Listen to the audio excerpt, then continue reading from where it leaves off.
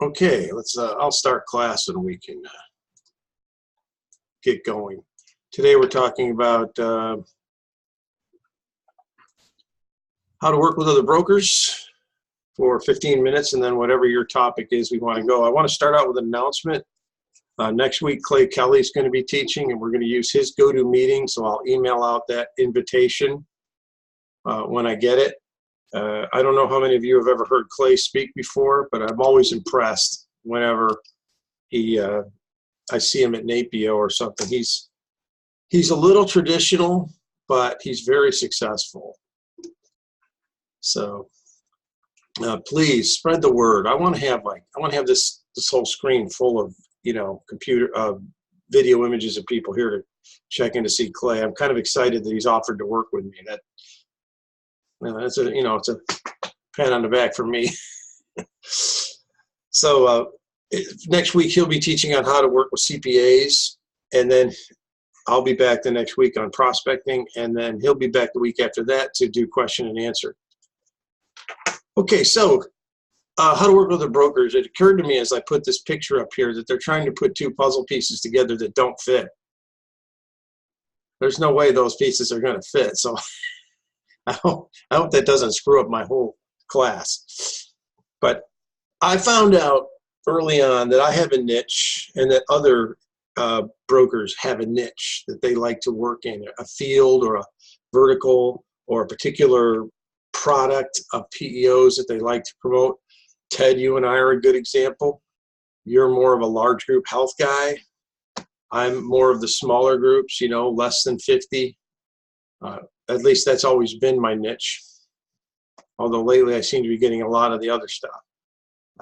So I always try to find out what is the other broker's niche, what is my niche, how can we, one thing I had found out, every time I sat down with a broker, I don't care who it is, there's always there's a lot of overlap, but there's always something that they do better than me, and there's something that I might possibly do better than them.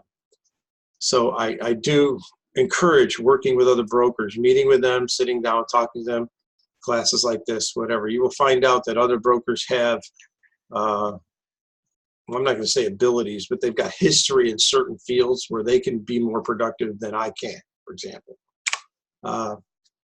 Talking about the specialties.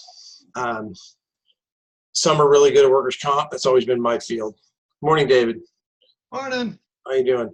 Workers' comp has always been my specialty. I am a workers' comp agent. I've done workers' comp for PEOs for the last 2002. What's that, 17 years? Yeah, 17 years.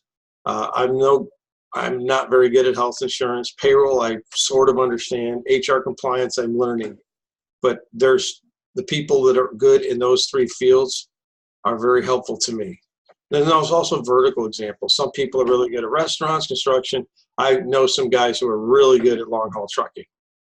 I usually go to them right away if I get a long-haul trucking. And I'm not talking about a PEO. I'm talking about brokers that know where to go. Same with white, gray collar. Again, Ted, you're usually my go-to guy for a big thing like that. I have a lady I know that loves golf courses and country clubs. She's really good at them. And then craft breweries is my own specialty because I learned how to brew beer, so I love going to craft breweries. Okay, things brokers hate. Don't steal my client. We don't have to go into that one, do we? Don't steal my referrals. If you get a referral from my client, it's my referral. I think we all agree to that. Is there anyone who doesn't agree to that? Okay. Don't make me look bad. Always build me up. And this is one, I was working with another broker who I'm not going to mention, but they were based in Gainesville. And I would send him stuff that I thought he might be a good fit for. And he would shop it. He would shop it to other brokers. And I have found that if an underwriter is seeing a submission coming in from 3 or 4 or 5 different sources, it sets off flags, it puts up a big red flag, and it really reduces your chance of getting it approved. So it's a challenge we have because we don't want to send it out if we could do it ourselves. But if we are going to send it out, we probably need to send it to that person that we want to handle it before we send it anywhere else, and tell them that we don't want you to send it anywhere but the markets you tell us you're sending it to. I have starting to realize these last, say, 8 or 9 years that controlling your markets and your spread, where the things go, is very important. And it definitely increases your likelihood of getting an approval and closing the client. Okay. If you guys have any questions anytime, just jump in. All right, things brokers love. I always like people keep me in the loop. CC me on the emails. Let me know when they run a payroll. Let me know how much the payroll was for.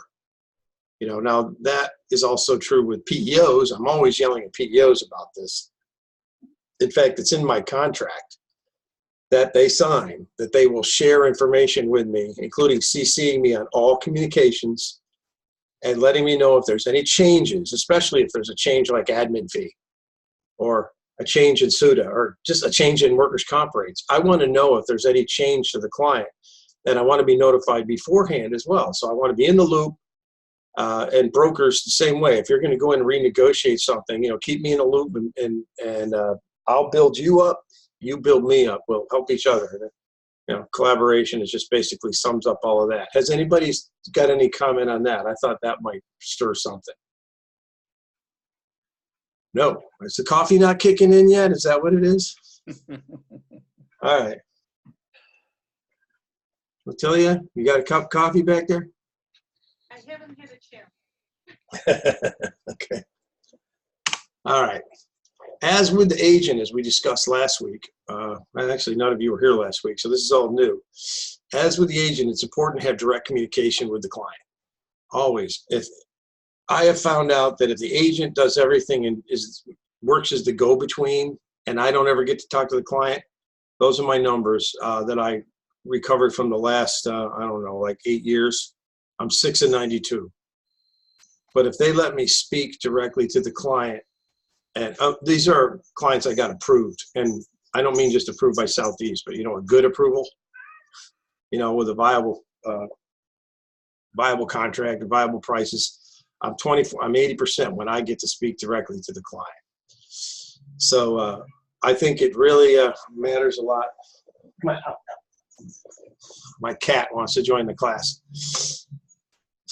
I think if you can find some way to get the broker or the agent to trust you and let you speak directly to the client, it helps a lot. And fortunately, most of my relationships with brokers and agents, it's taken time, but they do let me speak directly to the clients.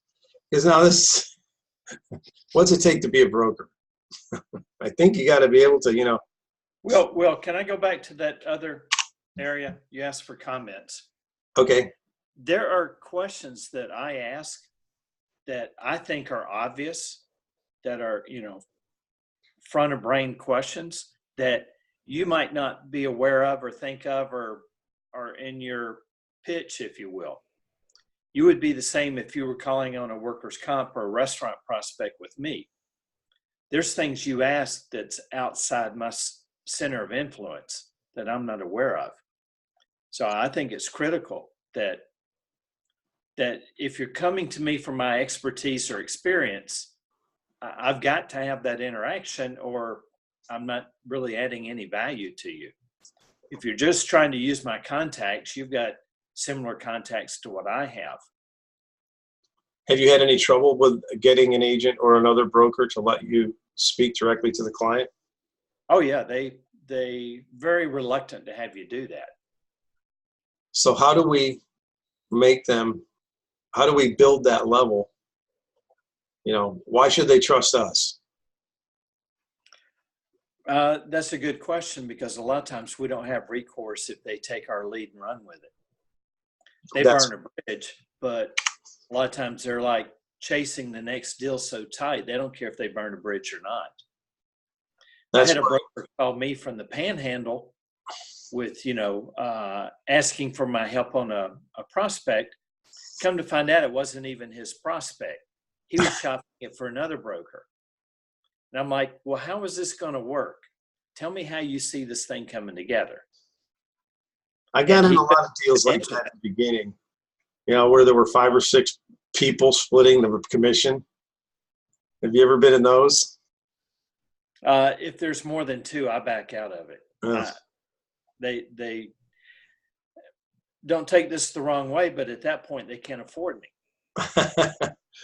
Well, I got in one where I referred a California roofer to somebody who was given to me by Greg. He said, "Can you find somebody who can write a California roofer?" And I happened to have a market for him, so I referred it over to him. And it turned out Greg was the second broker in also. So there's 4 people being paid. I mean, I Yeah. only got a quarter point, but that client stayed on for 9 years. Yeah. It was nice to get that check every month, for 9 years. So those multiple broker deals can work, but again, there has to be a lot of trust between the people. There's some people, I'll tell you, I wouldn't do a multiple broker deal. I would with anybody here. But there's people who are out there brokering that, like you said, if they're not upfront and telling you like, hey, this isn't my client, this is actually when I'm shopping for someone else. Yeah, that would be, because this is a problem. If you look at the middle paragraph there's no regulations. We're not regulated. We don't have a license. You don't have to have you don't even have to have an insurance license to be a broker, although I recommend you do. You're life and health, right, Ted? Correct. And, Tilia, is that Sabina over there? It's hard to tell. What, you both have licenses, right? I have my 215 license. I have my driver's license. She has a broker's license. Yeah. Honestly, we try not to have license in the office. I do not want anyone to have licenses because we don't want, we let our agents know that we don't shop any of the other lines for them. And even if we wanted to, we don't have a license. So I'm not going to force Otilia to get rid of hers, but we'll see. That's an interesting take, David. And I know a lot of people do that. I never went that way because I started out as an agent, and switched into brokering. I just always give a full disclosure right up front. The only thing I sell is PEO services. I'm not going to talk about any other lines of business. And the only reason I have the license is so I can talk about workers' comp. I don't want to get into a situation where I'm accused of doing unlicensed activity, but I totally get your philosophy there. Yeah, I mean, I used to have my life, health, and annuity and my 7, but I let those lapse as soon as I went in. So I tell people full disclosure, yeah, I had those. I don't even know if I'm still licensed for them or not, which at this point, I'm sure I'm not any longer because I just let them all go. You had a 7 too, so you were a stockbroker? No, they just forced me to get it. Yeah. That's pretty interesting. But it is, we do have to remember that, what's it take to be a broker? Basically, you need a pulse and a cell phone, and it doesn't hurt to have a printer or a scanner. I mean, there's a lot of, guys on cell phones making deals out there who call themselves PEO brokers. I mean, there's a million names coming to my mind of people that I won't do business with who nonetheless are PEO brokers, and I'm not going to bring them up. But I'm sure that if we did compare notes, a lot of us would say like, yeah, that guy, no, not doing business with him. Or that girl, nope, not doing business with her. And also, I believe that you should have a written contract between you and the other broker that defines the relationship, that defines how clients are handled, how the money's handled, basically ethics, how the PEO is handled, how clients are switched. If a client is switched from one PEO to another, if I hand it to another broker and he switches them to a different PEO without telling me, I mean, that's a big red flag. I'd like to know that. And my last line, just don't do business with brokers. That's how we can regulate ourselves. That's the only way. Is just don't do business with brokers that don't maintain ethical standards. And it's hard to say because what's the standard? There are, I guess, best practices is what I should put there. In my business, my franchises have standards that they have to maintain. If they don't maintain their standards, they lose the franchise. But that's because it's contractually enforced. Other brokers out there, there's no contractual enforcement. So if they don't maintain best practices, I'm not going to do business with them. And I encourage you to do the same, not to deal with those brokers who can, will get around things to, lie, cheat, steal, whatever. Handling the money is another big thing when you're working with another broker. I haven't really found a PEO that's ever happy about writing 2 checks or issuing 2 ACHs or however they do it. Now, most of them are ACH. I still get a check from one PEO. Does anybody still get checks? I get 1 check. Yeah. Yeah. You guys still get checks too, Dave? 1 or 2. I've continued to force them to go to direct deposit, but Yeah. it's been tough with some of them. I asked, okay, I don't know who that phone is, but welcome aboard, whoever you are. If you can get your microphone working and your camera, that'd be nice. 561. I'm wondering if that's somebody from National HR. If so, text me or say hello or email me. Oh, it's Ginny. I didn't know you were 561 number, Ginny. Okay. I guess she's got her. Oh, there you go. You're unmuted now, Ginny. All right. I'm having some Wi-Fi issues. Okay. Well, welcome aboard. We're just talking about handling money. I have run into brokers that all they want is a setup fee. They say, I don't care about residual, just get me a setup fee. And it's usually substantial. They want like $1,500, $2,000. That's not why I got into business. I didn't get in this business to make 1 check and then not make anything anymore. To me, this is a residual income business. I want to be paid every month. I used to call it mailbox income, but now it's website income. Go to the website, look at my checking account. Oh, there's money in there. Mm. So I have a system for paying my brokers, the brokers that bring business to me. I have 2 systems, actually. The matchmaker is coming on board with that now. We can now put in, Tim and Kim will pay people directly now, which is very convenient, although I'm still doing it myself. I'm going to be switching over to that system, I guess. But that's what I meant by the larger portals can handle multiple commission checks. I don't know if anybody uses iLinked. I think Lee Tuck's system might do something like that too. I've never gotten a demo of that part of it. But I have brokers who bring me business, and we set up ground rules. We both follow them, and we have very profitable, mutually profitable relationships. So I'm happy with that. Any questions on that? Okay. I want to tell this story about how there was this guy at Business Outsourcing Consultants named John Lightbody. Some of you might have heard of him. But this is like 100 years ago when it was all internet based. Remember, before we used PEO message on Facebook, it was on a website. It was a forum. And somebody posted something about him that was negative. And they were actually talking about BOSS, not BOSC. There were 2 different business outsourcing solutions. There was a company down in the Boca area and had some of the O2 HR guys in it, people with a reputation. And he messaged me saying, hey, please take that off the forum. Now, I had heard of this guy because I've been going to networking events around the greater Central Florida area.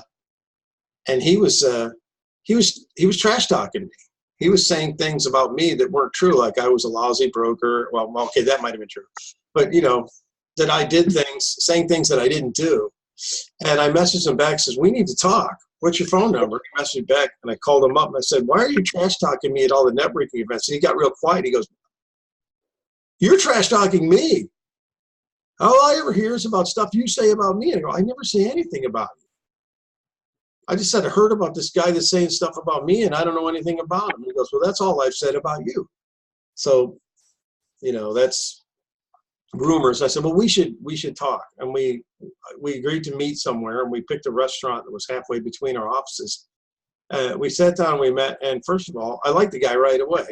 And he was into totally different business vertical than I was. He was closer to what you do, Ted. He was almost exclusively with Trinet. He liked to go out and get people away from Insperity or ADP, and he liked to put them with Trinet.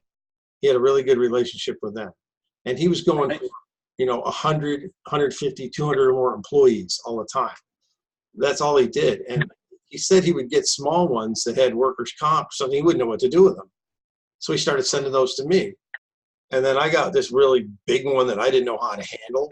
Had like 300 employees, and it was out of state. And I called him up. I said, would you be able to handle this? He goes, I got someone in that state. I can handle it right away. And he went and closed that deal for me. And I think I'm still getting paid on that one. And I know that he's still getting paid on several of the small comp type deals he sent with me. So we found out that, here's someone I thought was my bloodthirsty competitor cutting me down in the local networking groups. Turned out he wasn't. It turned out we didn't compete at all. And we just blended very well together. Same with Michael Murray, who is a payroll guy. As you know, he has an ASO company, Payroll Medics. And we worked so well together. He came in and became one of the master franchises for Employernomics. Carol Reed is an HR person out in California. Same thing. I don't know anything. I know very little about HR, and I know nothing about California. So I let her handle all my California business, at least that she wants. She's kind of busy lately, but if she can help me out, she does. Same with staff brokers, Marty and Chad. They're very good at handling large construction with high mod rates. They've been very helpful to me. And I mentioned Greg Arnold before, and Jeff Kaplan, who works with him. And now I'm hoping this next one here starts turning out real good pretty soon there, that Syracuse. And of course, and Ted, you should be in there. I don't know why I didn't put you in there, but I should have put you in there. So you can put yourself in there up above anywhere you want. Okay, just put yourself in there. But Bruce Silver is another guy I've worked with a lot. He's been very helpful. And even if we don't do business together, we help each other. Like he teaches me about things in his vertical. I teach him things in mine. So, and then there's plenty of negative out there, but I really don't want to mention names. I mean, I've had situations when I tried to work with a broker and it didn't work. Has anybody got a positive broker story that they'd like to share? Mhm. I guess. Not yet. Tom Marquardt wasn't up there. I think Tom Marquardt's an extremely positive guy. Worked with him before. Platinum PEO, I think it is. And that guy does a phenomenal job. Tom Marquardt? Yeah. I don't know him. Yeah. He's a good guy. Real good guy. I would love an introduction. Is it Marcourt? Marquardt. Marquardt.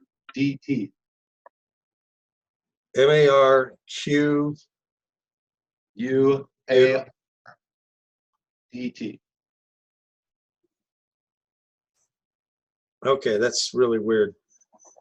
All right. Could you email us? Say like, hey, you two should talk, something like that? Okay, thanks, David. That'd be great. Who else do I need to meet? Does anybody want to meet any of those people up that are on the screen? I'd be glad to introduce you to them. Will, can I make a comment? No, can't. Of course, Ted. When you get a name like Tom Marquardt, I don't know him either. But you're sitting at your computer, just punch it in LinkedIn. Well, I would, but I'm Yes. sharing the screen. Should I do that while you're all watching? Your call. That's why I have a split screen. I was going to do that. Let's see if first of all, then David can check my spelling. So I'm not linked to him, but I'm a second relation to him. well, there he is. Hey, there you go. Platinum Inc. We're already linked. There. Hey, wake up. Isn't that funny? We're linked, and I don't. Oh no, I remember this guy. Yeah, he's a very nice guy. He's a broker. We use him if for some reason we come to a last ditch effort. We'll throw it out to Tom because he has some markets that we don't typically run across, and he's real good at small health, isn't he? Small group health. That I don't know about because we don't do group health at all. Okay. So, but you talk about people that we should know. The most important people to me, the ones that I like to meet, are new PEOs. I'm always looking for. Yeah. Well, that used to be a priority of mine. Now I got a portal that takes care of that for me. I got more PEOs than I know what to do with right now, and they're always bugging me, wanting more. I mean, as soon as I don't know if you guys notice this, but if you put PEO broker on your LinkedIn profile, you're going to get 5 or 6 invites a week from some PEO that you never heard of that wants you to bring a business. And now what I do is I go log into the portal and see if they're there. And if they are, I say, hey, we're already doing business with you. And if they're not, I go, why aren't you in here? That's my new method. But that's that used to, when I was doing it the spreadsheet way before, where I had a spreadsheet of like 30 PEOs that I called every month and said, what are you doing? What's new? Do you have a new comp policy? Do you have a new health program? Are you willing to write this? Anything changed? And I have stopped doing that, thankfully, which is a great labor saver.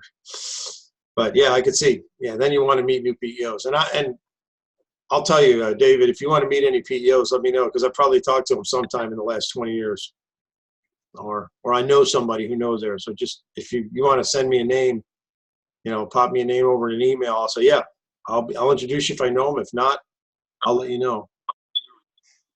You look like you want to say something, Ted. No. Okay. All right, well, those okay. It's funny that you mentioned. Okay, Tom Marquardt. Okay, this guy at NAPIO a couple years ago, we rented a suite, and we were planning on having party up in our suite because we figured that was better than having a booth. We'd invite all the people we wanted to talk to up to our suite to have a party. And if you remember 2 years ago, though, Hurricane Maria was a few days away from Florida, right as NAPIO started, and the attendance was just awful. I mean, there were, a fraction of the people normally at NAPIO. And so we invited a few people up, and we walked around and talked to a few people, and Tom came to our suite. I remember him now. He's one of there was only like 6 people there. So we did talk for quite a bit. Michael knows him too. So I have heard good things about him. I need to reconnect with him. You can see that. So I just put a note down about that to reconnect with him. What's that? Someone said something, or maybe that was a feedback. Okay, that's all I've got for that, and it is 9:30, and I know that's your limit, right, SSL? Can you stay a little, or do you have to get going? No, we got our meeting, and I got a couple other things on the plate for today, so I can't push it back. Could you? We'll be, yeah. Yeah, just do me a favor and spread the word about next week. I'd really like to see a lot of people here for Clay Kelly. Yeah. I want to impress him. Let's show him how great we are. There we go. All right, spread the word, and you're good at that on LinkedIn, by the way. You're very good at spreading the word on LinkedIn. Thank you. Yeah, I've been off a little bit lately with it, but trying to get back on there. So. Yeah, well, you've got a reputation now, Dave. You are the king of LinkedIn. I'm working on it, keeping it up. Thanks, guys. All right, thanks for joining us. Thanks, David. Have a good day. Hi, guys.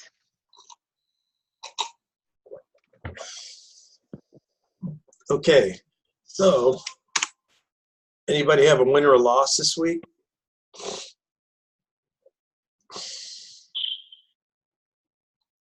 Oh, I just got a text. Let's see, this is Claudio. Had a win. He cold called somebody and they're giving a meeting.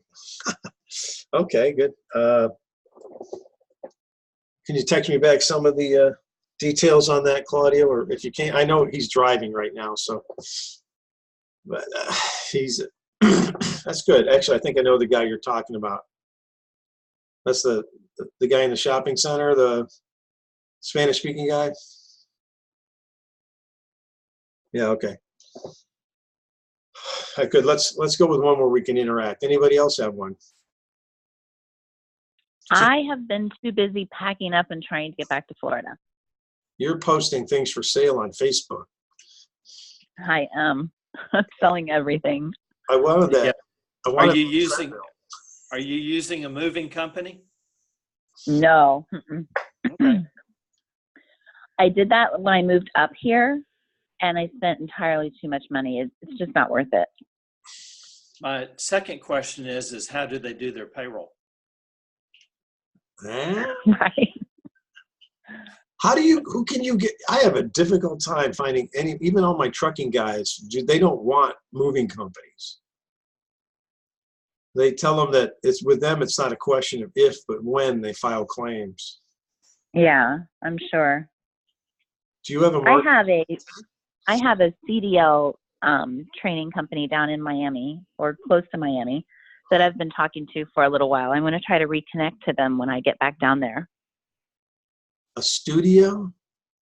CDL, commercial A driver's license. CDL, yeah. So Ted, are you in the trucking field? I can be. Oh, I mean, we have a tough, TLC has always been my go-to for trucking. Yeah. But, I was talking with Steve Thorne the other day. I said, you still don't want movers. He goes, no, I never will. So don't give me movers and don't give me ag. Don't give me people moving animals or plants. Said, And don't give me any flatbed trucking. Yeah, you don't like that either. Yeah.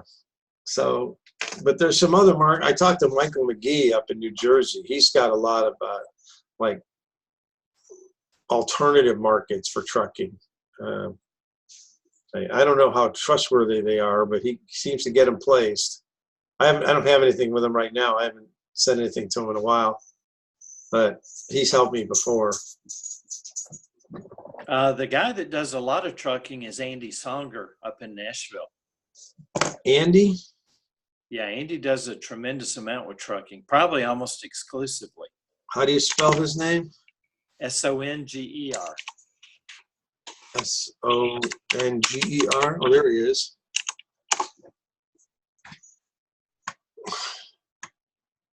I don't think that's the same guy, is it? That's him.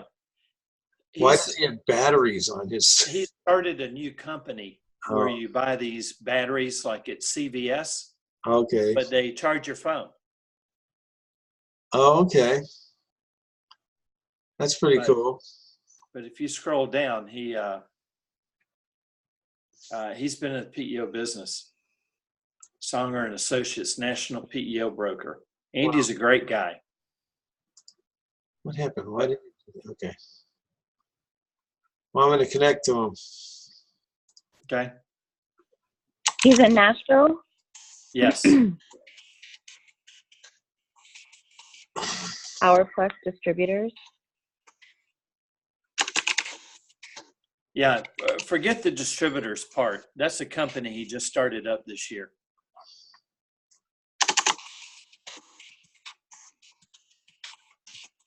Okay. Oh, Songer and Associates. I see. Yeah. That's good. Thank you. Look at that. You're welcome. You owe me one. He's a good guy. All right.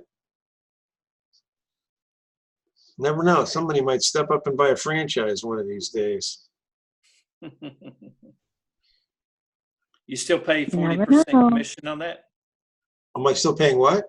40% commission on that? 90. 90. Okay. On franchises.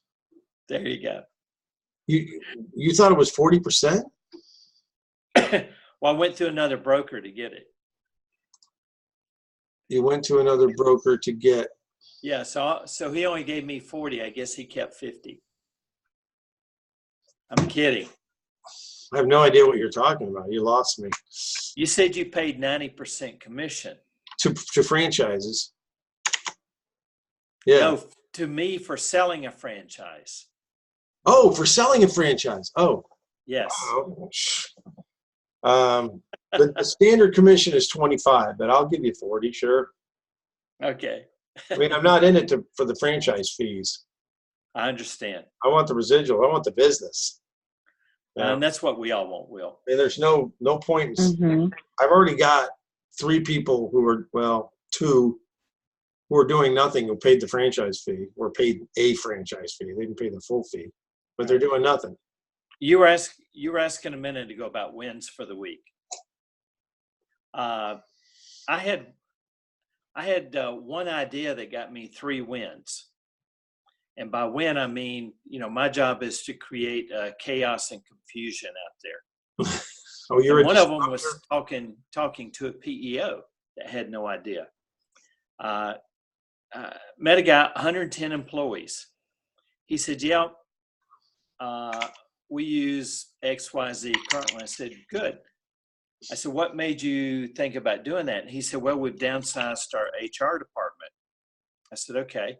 I said, are you up to speed on the new W-4s?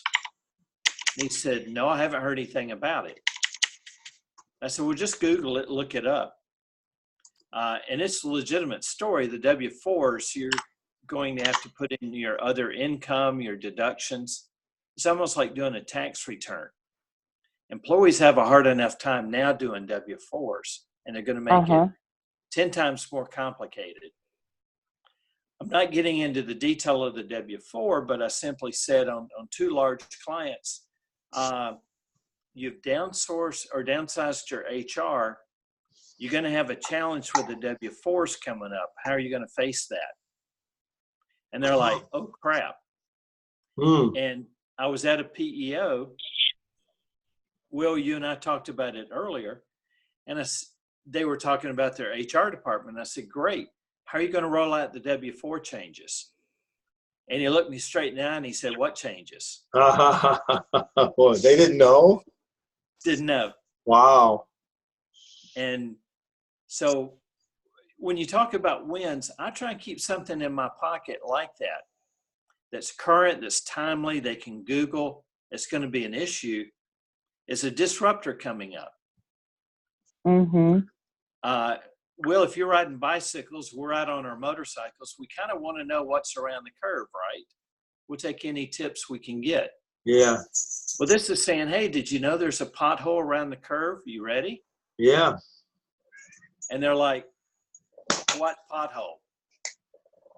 Yeah.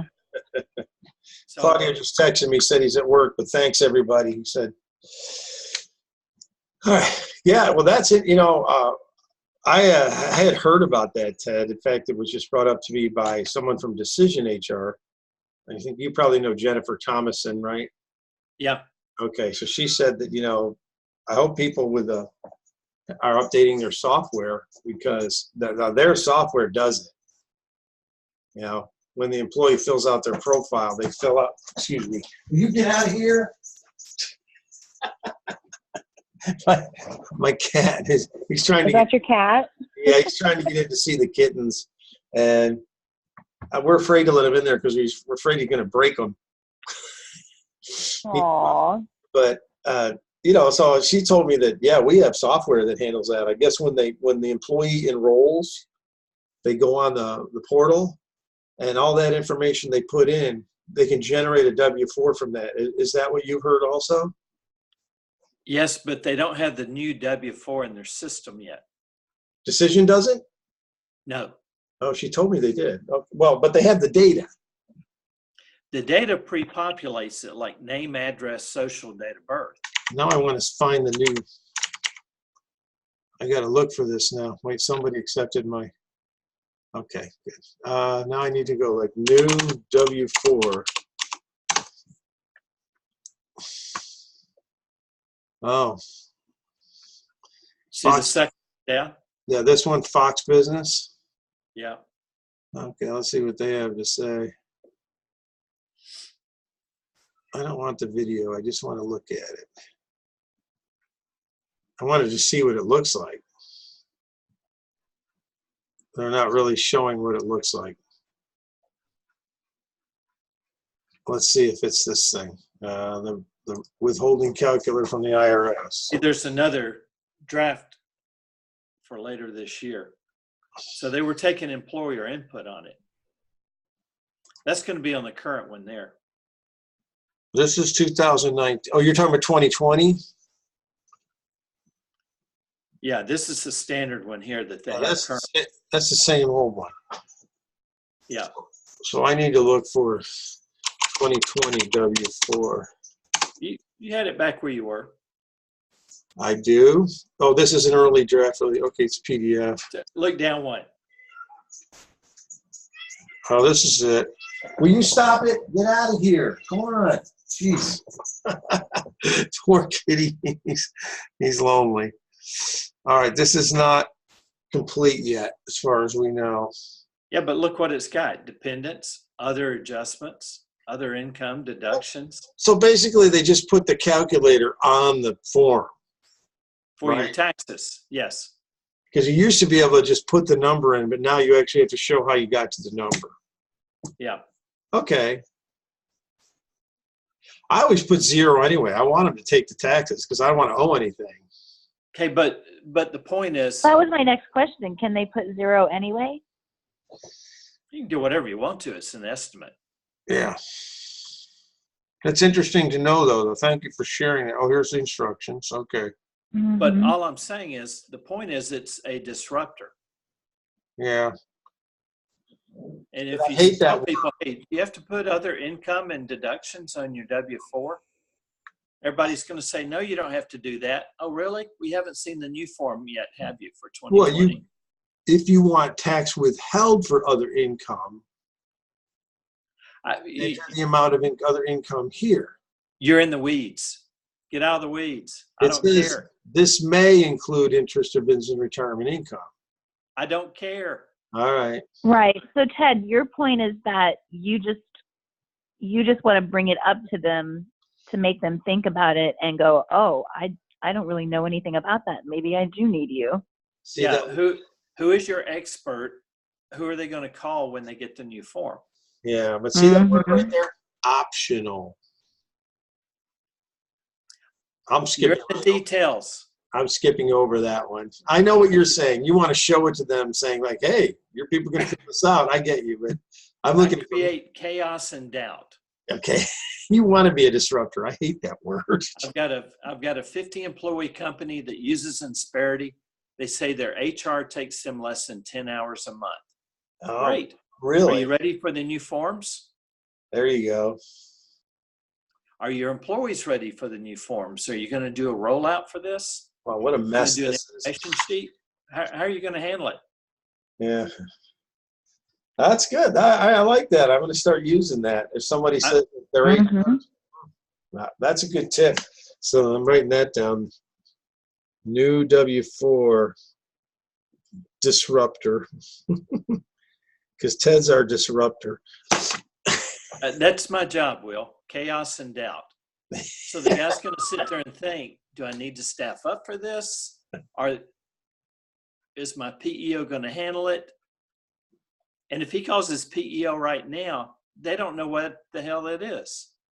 Right. Certainly Chrome does. I mean, excuse me, that other PEO doesn't. Well, they do now. Yeah. That's a good one. I'm gonna definitely. I see what you're saying. There's a new W4 out. Do you people know how to handle it? Do you know what's optional, what's required? Yeah. I'm sure you're going to get questions on it. Yeah. But you already got answers for that, right? You're not going to worry about it. You don't care if the IRS audits you, do you? Me? No.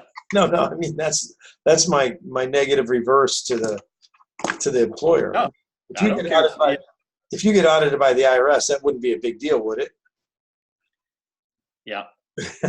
I asked the question like I don't know anything about it. Hey, I saw something about new W4s.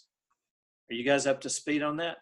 So you have 3 new prospects from that right now? Yes. Good. You got them all covered, or are you going to need my help? I think I'm good with them. I figured you would. One of these days, Ted, you're going to want to be part of the 500-pound gorilla. Mhm. I did learn something, and I have to thank you for this. One of them was a 50-employee restaurant. And I have always looked at the cost per employee on a PEO. I mean, that's just kind of been my stake in the ground. Mm-hmm. And the PEO we reference says we don't look at it that way. We look at the overall fee for the percentage of payroll, and we don't care if they have 50 employees or 500 employees. Okay. Why do you push it out to a cost per employee on a restaurant? It's never going to work. Well, that'll Look work for a lower income type place like a restaurant, but that's not going to work at a white collar consulting firm. No, I'm always in there at cost per employee. Yeah. That's my comparison tool. Hmm. So on my typical client, you know, in IT or medical staffing or whatever, that's how I do my apples to apples, especially if I'm talking to a Total Source or a Insperity. Right. But when I get to some of these other companies, they're like, the employee count is irrelevant. It's all online. They're doing the work. They're doing the input. We really don't care if they have 10 or 100. We're looking at the overall fee based on payroll. I'm like, well, that's a different approach for me. And you kind of opened my eyes to that. Well, there's several different, I guess, because I'm expanded so much. I'm in so many different verticals that I never was before because of the franchising. I mean, before I could just concentrate on my little niche. But now, you know, I got an HR lady in California who's bringing me big HR clients. I got a payroll guy who's bringing me stuff based on payroll. I've got these agents who are bringing me stuff based on health, which I need your help for someday. And, you know, I've got to now expand and study how, you know, see the different philosophies, I guess, or the different strategies that PEOs use. Well, I say you got to speak their language. Yeah, and certainly, you know, I used to be all percent of payroll. But then I realized that that's not going to work if I've got people that are making $120,000 a year. If I go into a doctor's office and the doctors are making $300,000 a year, percent of payroll is not going to work. It does for me. Well, yeah, sure it works if we can pay it. I go in at 0.75 and Okay. I've got $200 a month per employee. But see, that's what you're going for, is you're trying to figure out what's the monthly. Really? Is that all you get is $200 a month per employee? Per employee? Yeah. No, that's right. That's right. Never mind. I was thinking 200 a year. Okay, yeah, 200 a month. No. That's actually really good because that's like half of Insperity, isn't it? Insperity is $225 a month per employee. And you want 200? Oh, you mean this is the total, not your commission? It's total admin. Okay, gotcha. Okay. Because I was just saying, we get about $600 a year per employee. That's what I shoot for my cut. My goal in overall admin is $100 a month per employee. That's been my benchmark. That's your commission? No, that's total admin. Right. And that, yeah, I'm not concerned so much about that as I'm concerned about both, but you know, when I set my commission, I'm shooting for $50 a month per employee. When I do my budget, I use 20. When someone's doing has 2,000 employees on their payroll, I think they should be making $10,000 a month. 2,000 employees? That would be $5 per employee, wouldn't it? Yeah. I was going to say, why are you giving it away? 100,000 a month. That should be 100,000. 60,000 a month. Yeah. So yeah, I mean we're nowhere near 2,000 employees. At least not my personal franchise is not at 2,000 employees yet, but we're getting close to 1,000.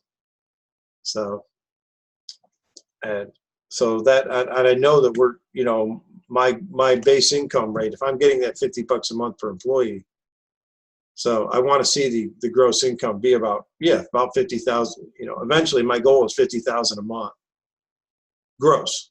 You know, I don't get to keep all that. I got to pay all the agents and the brokers out of that. But that's my goal. Well, that's why I use $20 per head per month For my you. own revenue budgeting. For you. For me. Yeah. Okay. But it's usually 35 to 40. Gotcha. Okay, Ginny, you said you've been so busy preparing for the move, you haven't had a chance to really go sell anything. Right.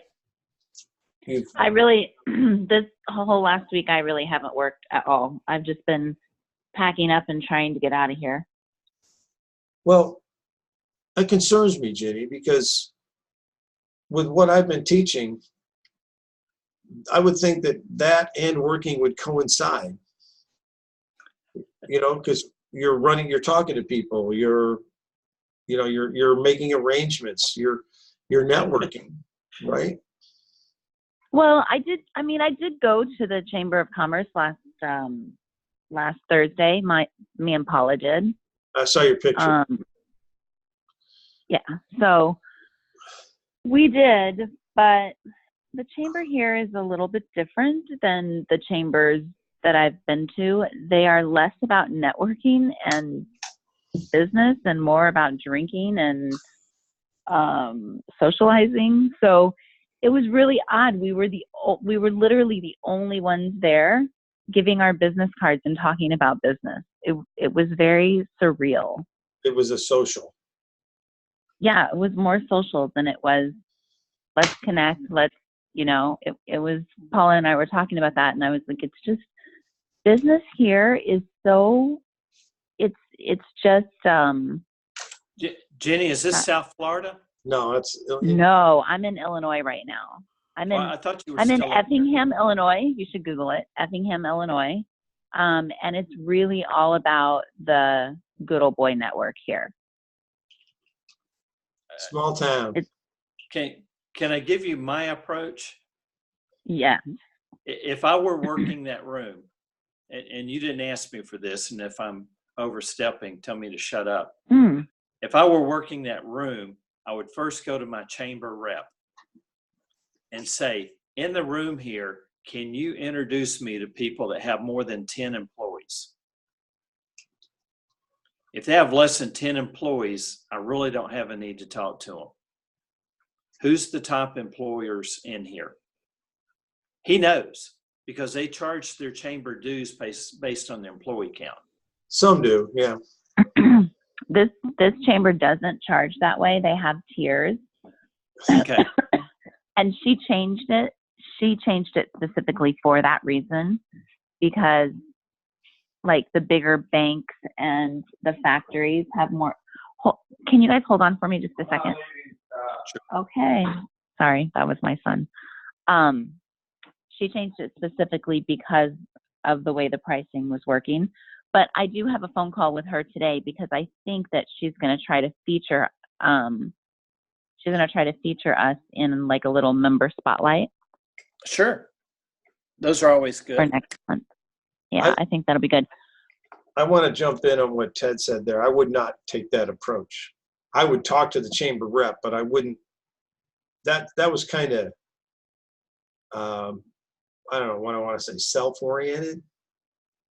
Well, you can sugarcoat it, but that's what I'm looking for the rep to do. Right, and I agree with you. I might say like, okay, is there anybody here that has employees?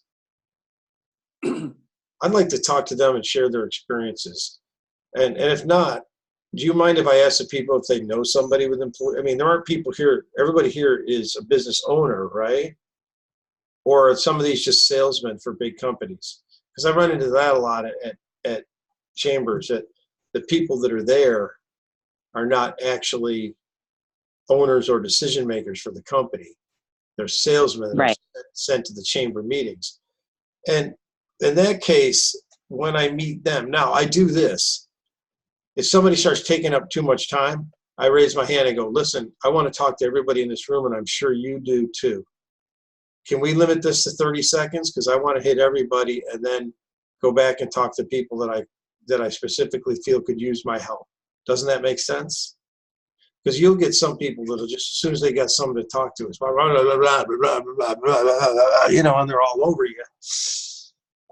And there's, oh, by the way, this is a great way to get out of a conversation. If you're stuck in one, just go, excuse me a minute, I have to pee.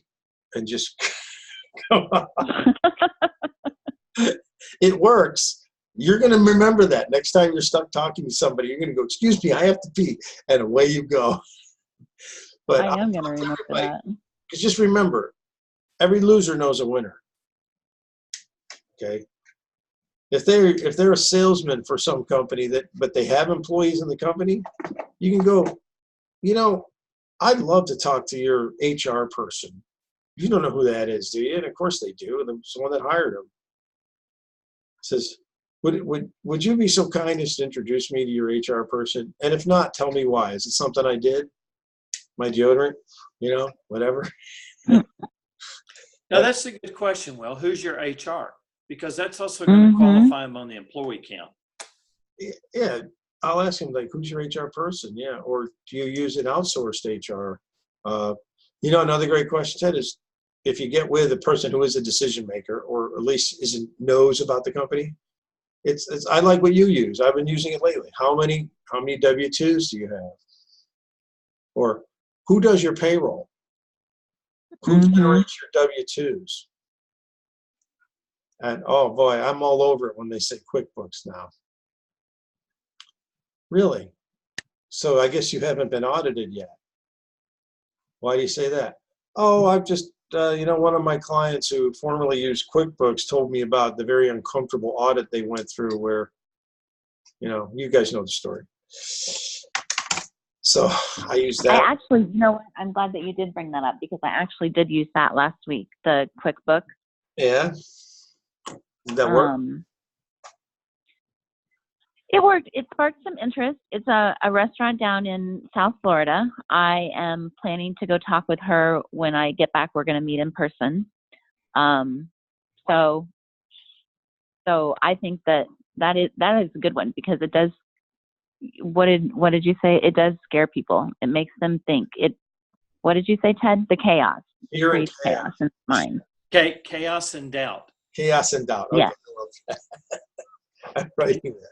Ted, So if you automatically, because somebody says QuickBooks, you automatically say, "Oh, have you been audited yet?" Maybe if I'm a QuickBooks payroll person, you just disrupted my whole week. Right. And that's exactly what happened with her too. It did cause some doubt in her mind and now she's thinking differently. She's like, oh, well, it's more, there's more to it than what I actually realized. Maybe I do need some help. I get this a lot. We use paychecks. Good choice. I didn't know you had that many employees. What? Well, Paychecks, they're really a big company. I didn't know you had more than 100 employees. And they'll say, well, we don't. I said, oh, okay. Generally, I found that Paychecks is not a good match for a company with under 100 employees, but maybe they are for you. And I like the audit. And to steal a ploy from the Democratic playbook, if they say, what is there about an audit on QuickBooks? Say, just Google it. It'll all come up. Now you've got some credibility. Oh, yeah. Because they're like, well, if I can Google it, it's got to be a real thing. Yeah. It's not fake news. Well, it is. But incidentally, I want to do that. I just did it on my other screen. What did it come up with? Oh, pages. I put in QuickBooks audit. Okay. It comes up with all this audit log. Well, how about QuickBooks payroll audit? Yeah. Yeah, probably nothing. How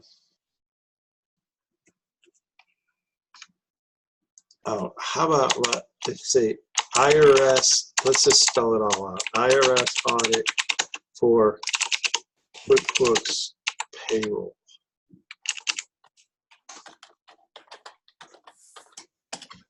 Can the IRS ask for QuickBooks files? There it is. Bada bing, bada bing, bada boom, right there. So, yes, they can ask for your QuickBooks file.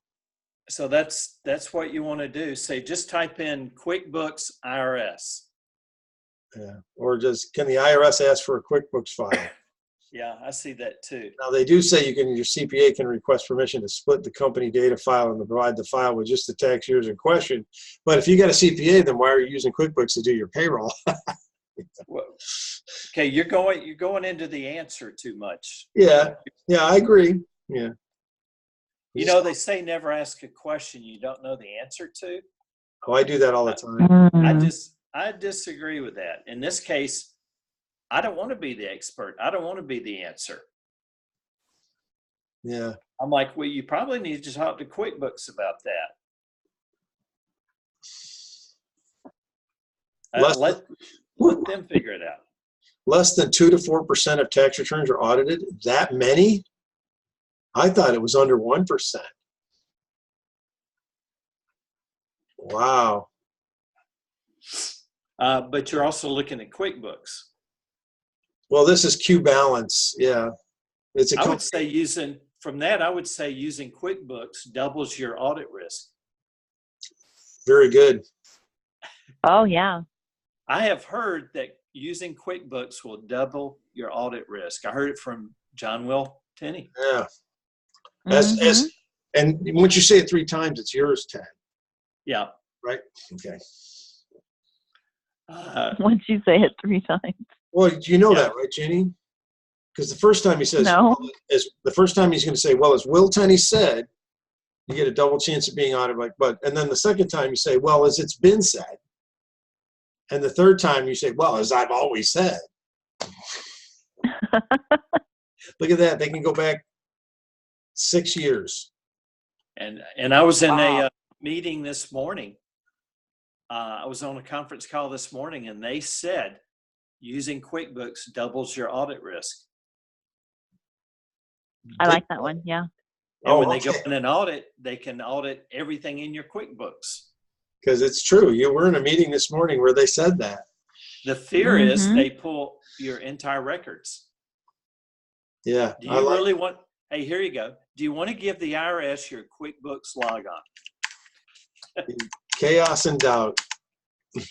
Chaos and doubt. Yeah. I mean, it's as simple as that. Chaos and doubt. You're right, Ted. So I haven't answered any questions, but We're No. learning. we Yeah, you stirred just the pot ask. there. Just ask questions. You don't need to answer them. Yeah.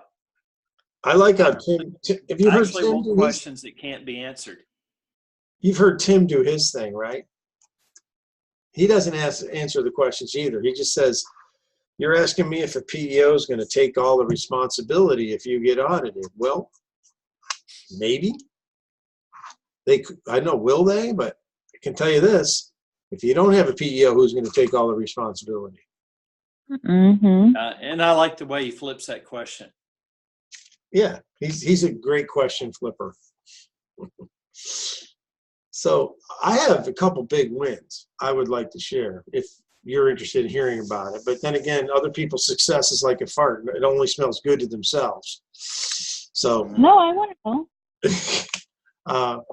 I think I was telling you last week, Jenny, I know I talked to you. I was on, let's see, last week I had just come back from vacation. Well, I had a vacation of 3 days in Cocoa Beach, in which all 3 days I was on basically my laptop doing this. I was doing Zoom meetings and conference calls and dealing with emails and applications because some agents gave me some submissions because I prayed for that. I said, God, please send some agents to me that give me submissions. And what do you know? 3 agents came in and gave me submissions in the next few days. There was a small one, a medium one, and a real big one. Both the big one and the medium one closed Tuesday. They signed the contracts. Nice. Yep. So that's good. And the small one, and this is interesting. I shouldn't care about this. This is sort of a loss, and the loss is my head trash. The small one, I set them up with Michael with Payroll Medics. I said, talk to Michael. He'll be able to help you. And Michael was traveling. He was dealing with a funeral up in Indiana. So he wasn't very quick at getting back to them. Well, she talked to her CPA, and the CPA says, I'll put you with ADP.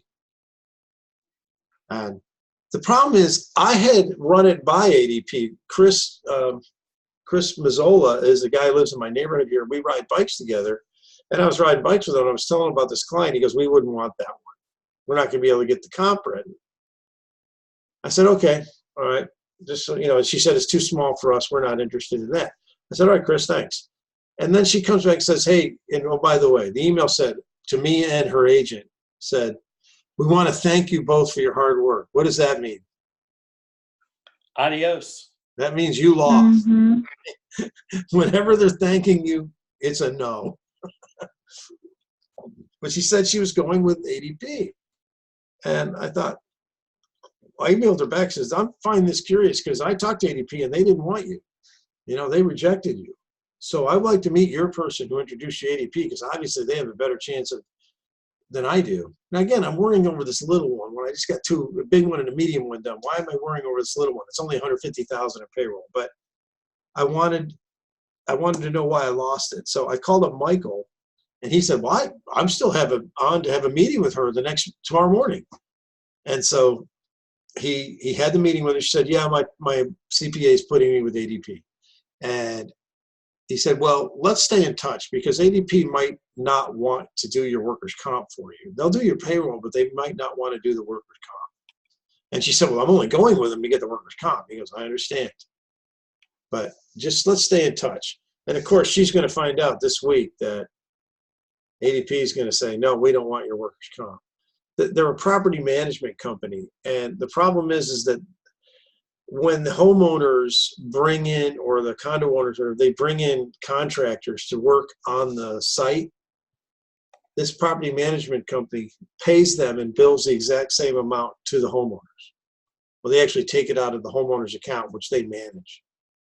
And their carrier, who had them before, said, well, wait, you've got 50 subcontractors.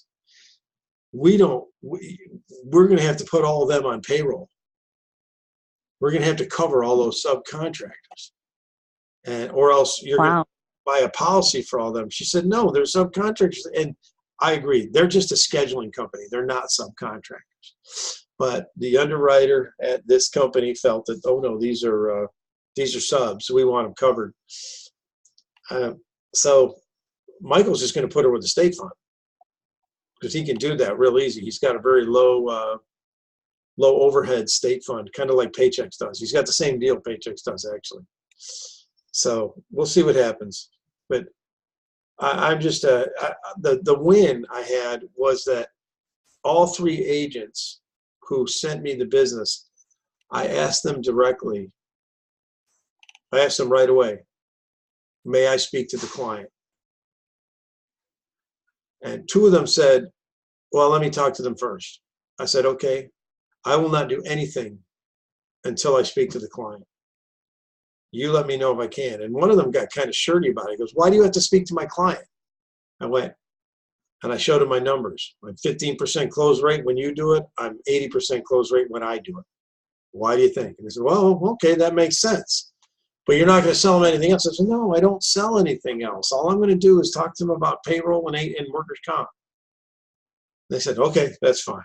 And that's why, because I did get to speak with the client for all of them and actually develop a relationship with the client. I can't stress how important that is. That's my win. And the loss was, I don't know if that lady's going to go with me or not, but I don't care. You know, I shouldn't worry about the little one. I got the 2 big ones.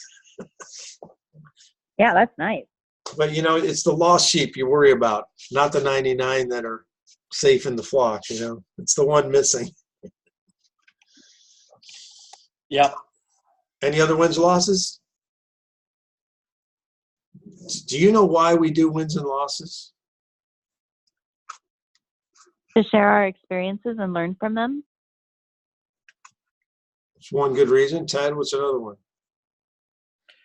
Well, you always give me a different insight on maybe what I coulda, woulda, shoulda, what I didn't see, what I know now. As do you, for me. Yes, that's another good one. Mm-hmm. Here are different insights. There's also another big reason, and this is kind of manipulative, so I apologize, but I want you to know that come next Monday, you're going to have to tell me if you had a win or a loss. So that's going to make you go do something. Yeah, that'll make you go try something, go do something new, right? So it's an educational thing. Because I remember when, you know, I used to go to Sandler class and they do wins and losses before every class, and I would sit there and go, well, I don't have one this week. That's not going to happen next week. I'm going to have a win or loss. Yeah, accountability. Well, and it just makes sure that you're actually out there doing what you're supposed to be doing. Right? Yeah.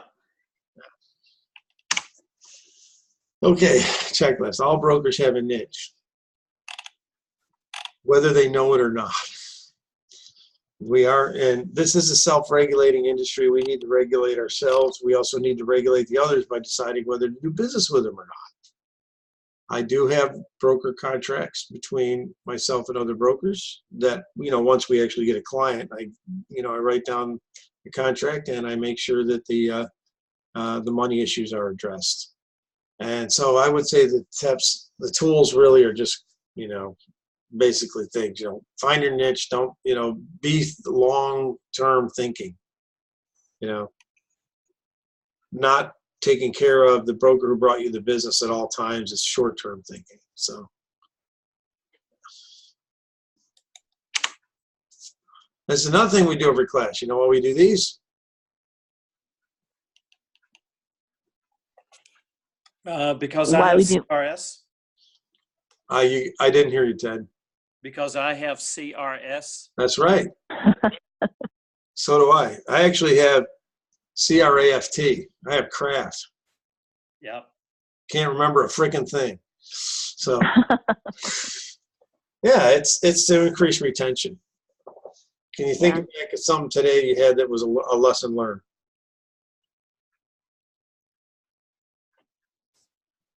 Well, for me, definitely the W-4 and the QuickBooks. For me, it's W4 disruptor and chaos and doubt. Mm-hmm. And finding out that I am already connected to Tom Marquardt. That's pretty funny. I'm being told to connect to some guy. Oh, I know him. That's craft. Well, Will, the evaluation of a meeting, as Sandler would teach, is if you do something different that you wouldn't have done before.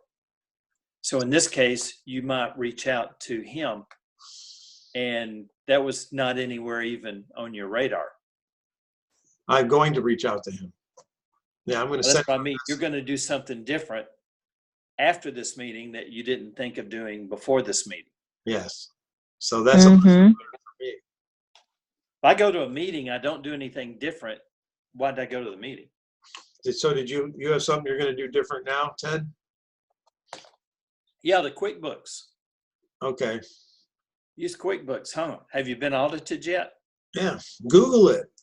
Google. You Google it. double your Yeah. risk of an audit. Yeah. Google IRS audit for QuickBooks payroll. And when the IRS comes in, are you going to give them your password and logon?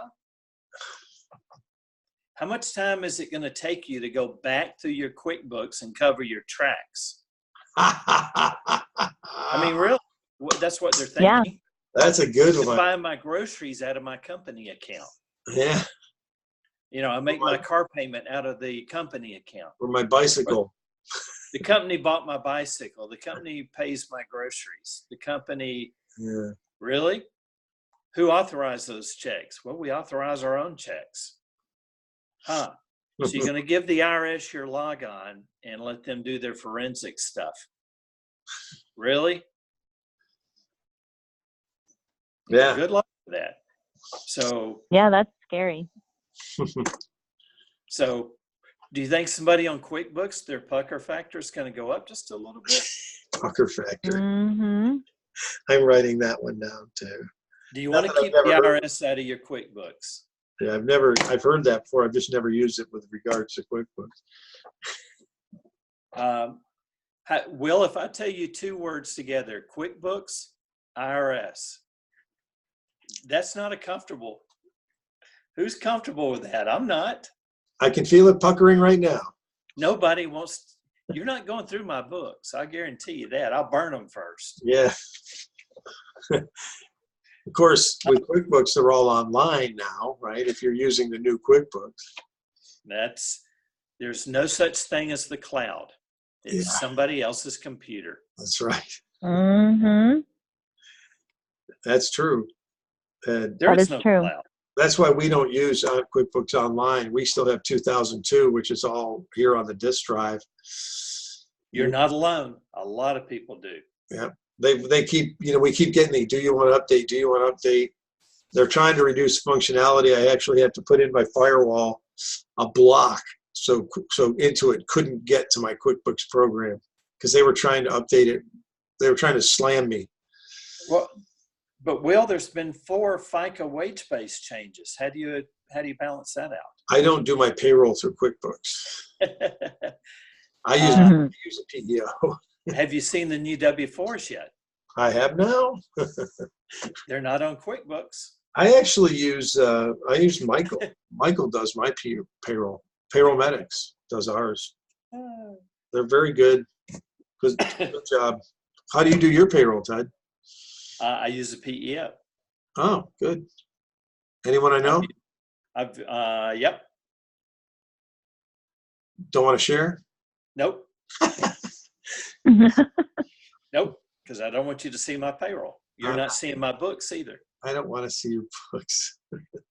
You will not see my books ever, ever, never, never. Okay, no problem with that. That's why I don't use QuickBooks. You'll probably never. Well, I actually have to disclose some of my books, being a franchised company. We have to file an audit every year, so the auditor comes in, but he only looks at the master franchise company. My personal franchise, I don't have to share that. So I don't. Although they keep telling me I need to do this item 19 disclosure in my financial disclosure document. It's optional, but he says it's the first thing an experienced franchiser is going to go look at is the item 19, because it shows how, you pick one of your franchises and you put their financials in and show how much sales they did and everything. I haven't done that yet because I really don't want to. I don't want to expose that information. Sure. But they said, look, at some point you're going to have to, pick one that does really well, preferably that generates over 100,000 a year, profit, and put it in there, because nobody wants to buy a franchise unless they're going to make 100,000 a year profit. So eventually I'm going to have to do that. I think what we did is my wife set up her franchise, and we're just putting just business in there, nothing but PEO business in and PEO business out. And she takes her money out of that one and gets paid to my company. So we're eventually, once she's over 100,000, we'll do hers. That's true. I don't want to give out my numbers either. I don't want the IRS seeing them. I don't want anybody seeing them. It's none of their damn business. Well, there's something else I learned. Companies that have been through this now run separate QuickBooks companies that the data's not shared back and forth. Oh, is that what? Did you see that? You just told me that. Well, yeah, I guess I do. That's my takeaway from what you just said. Yeah, and they are separate files. They are separate files. So if they audit, So there's my other question. Do you keep your QuickBooks in separate files? I do. If you have to give the IRS access to one of them, you're not necessarily giving them access to the other one. That's correct. And see, I just had that verified. Mm-hmm. So there you go. When I'm talking. But it's also, some people are set up separate accounts too. Like they have a payroll account.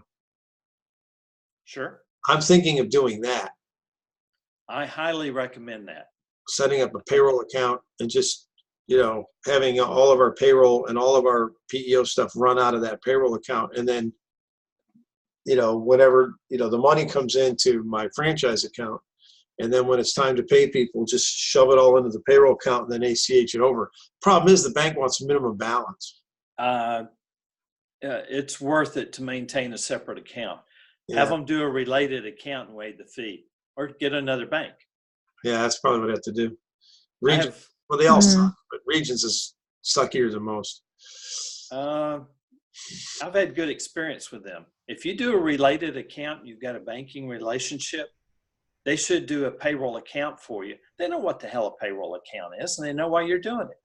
It's going to have a $1 balance in it.